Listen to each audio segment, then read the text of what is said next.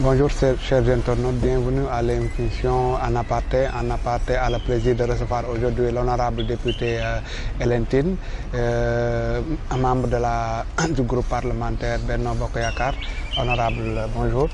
Bonjour Daouda. Voilà, vous êtes signataire du recours en annulation introduit au niveau de la Cour suprême suite au vote de la loi portant de 10 à 15 le nombre de députés pour la parlementaire. Qu'est-ce qui fonde votre décision? Merci beaucoup. Je voudrais d'abord rendre grâce à Dieu, saluer tous les internautes qui vont suivre cette émission et vous remercier pour cette invitation.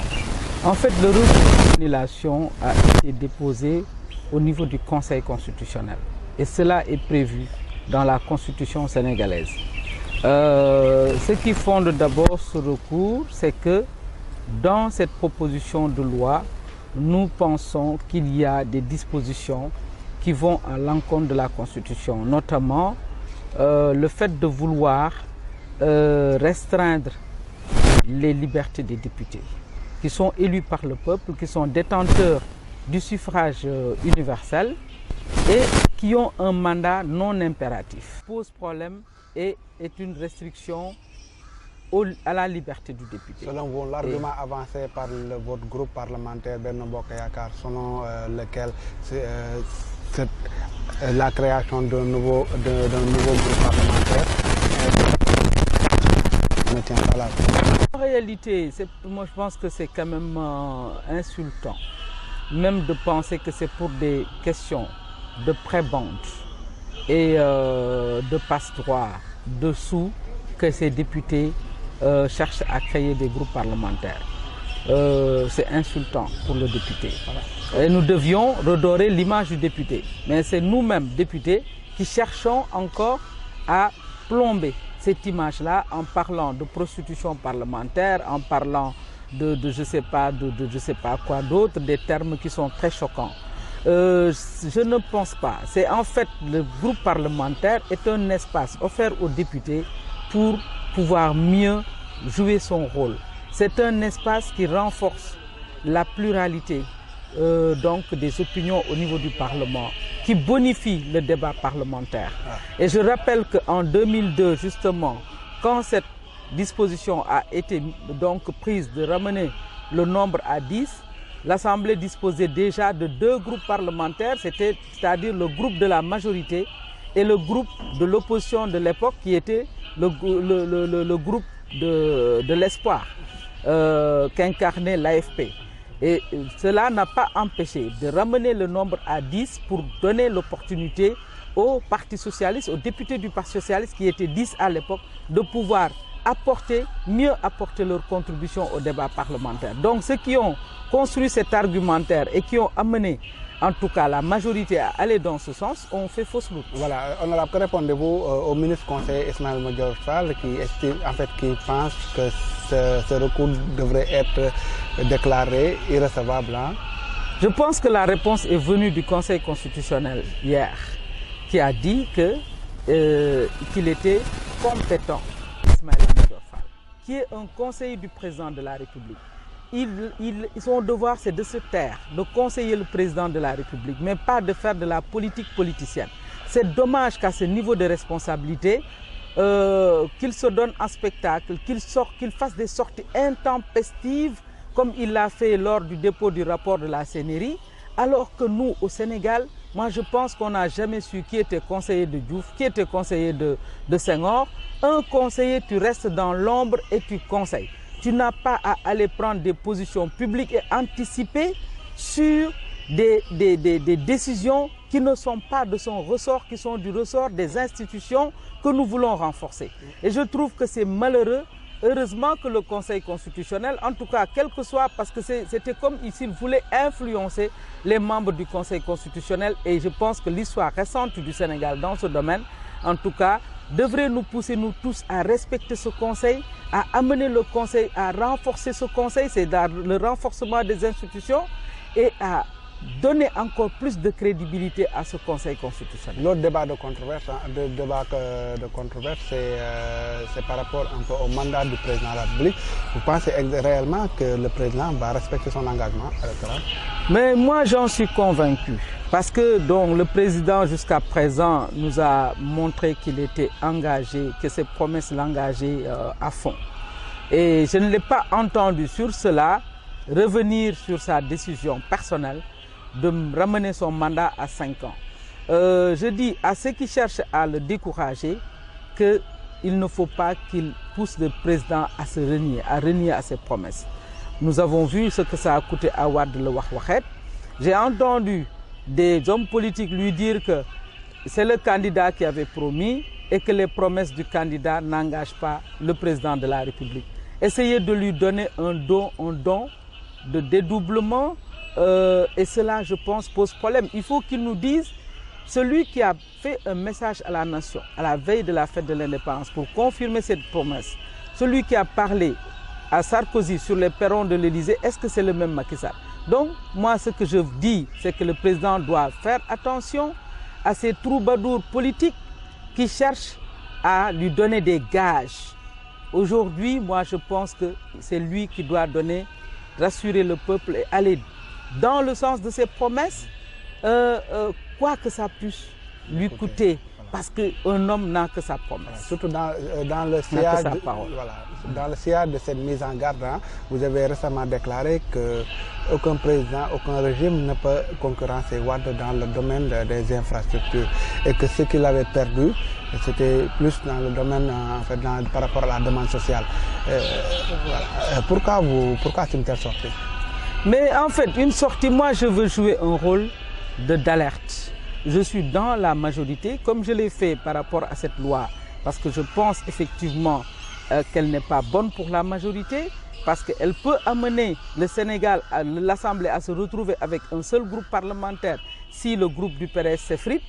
De la même manière, je cherche à alerter. Pour dire c'est bien beau, il faut qu'on continue à faire des infrastructures, mais la priorité doit être axée sur la demande sociale et notamment sur les problèmes de l'électricité.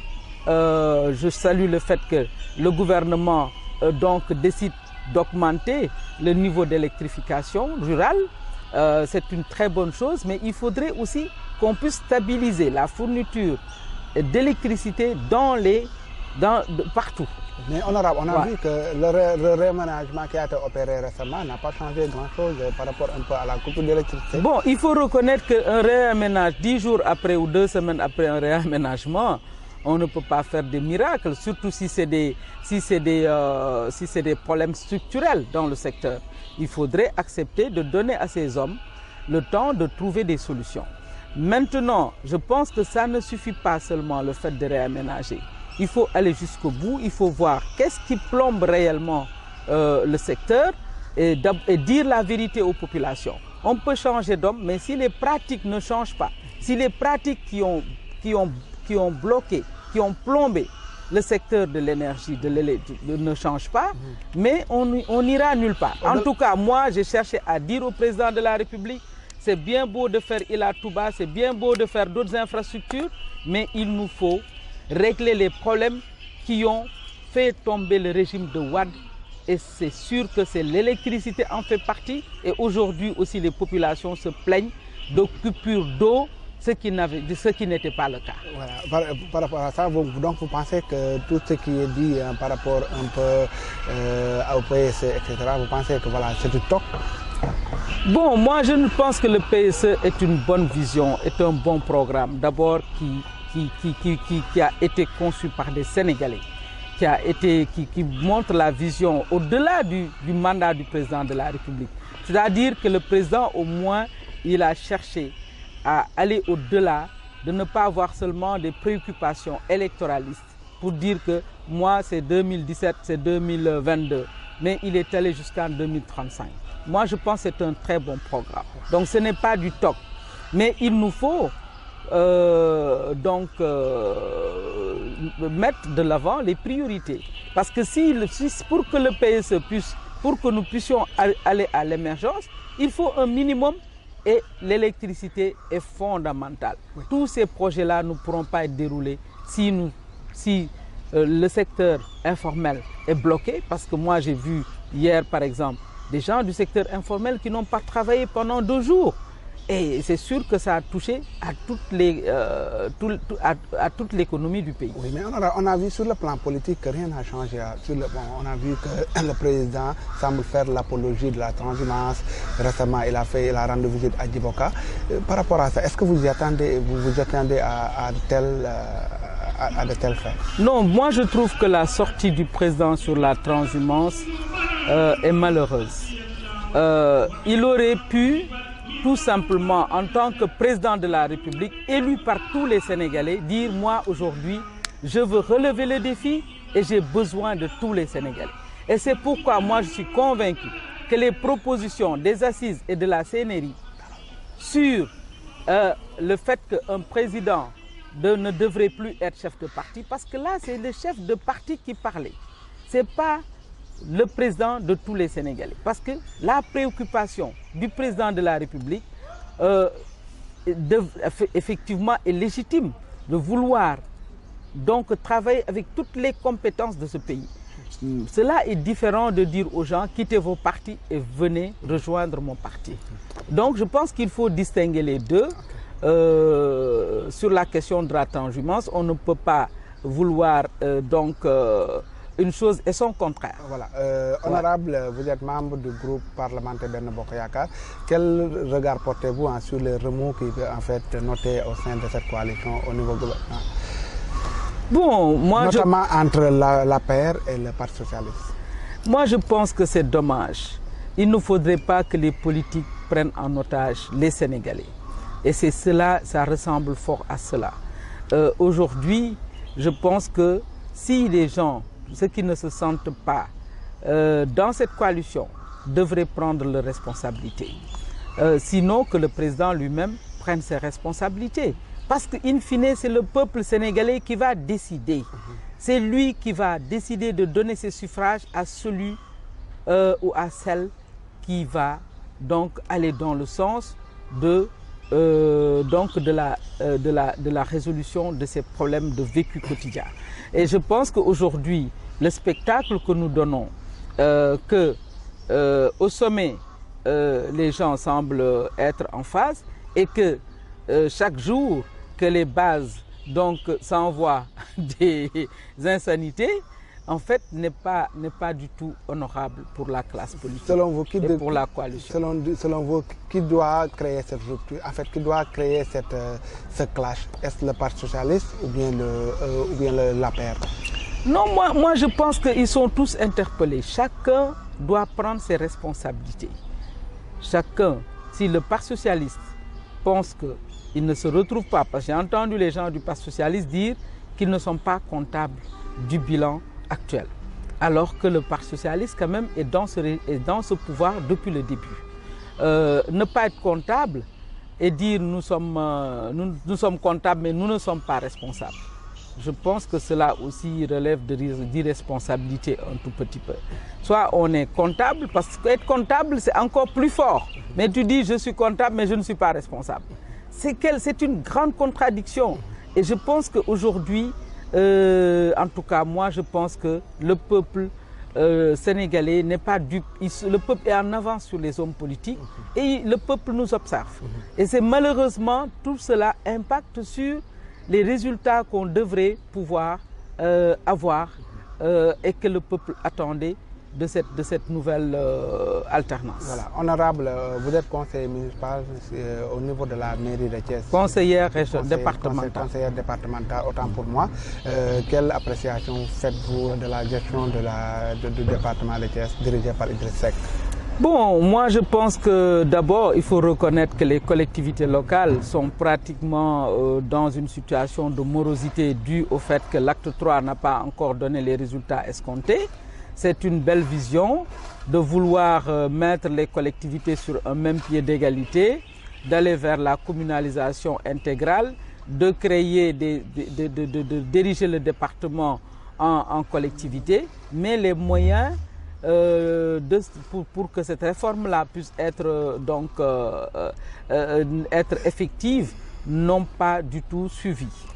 Il faudrait qu'on trouve, on essaie de voir comment faire pour que cela puisse être réparé. Mais en dehors de ça, je pense que le minimum, c'est d'abord d'être présent. Bon, la gestion de Idrissa Seck, pour l'instant, c'est l'absentéisme. Moi, en tant que conseillère départementale, je ne l'ai pas encore rencontré au conseil départemental. Pratiquement, toutes les sessions que nous avons eu à faire, il était absent. Et ça aussi, je pense que ça pose problème.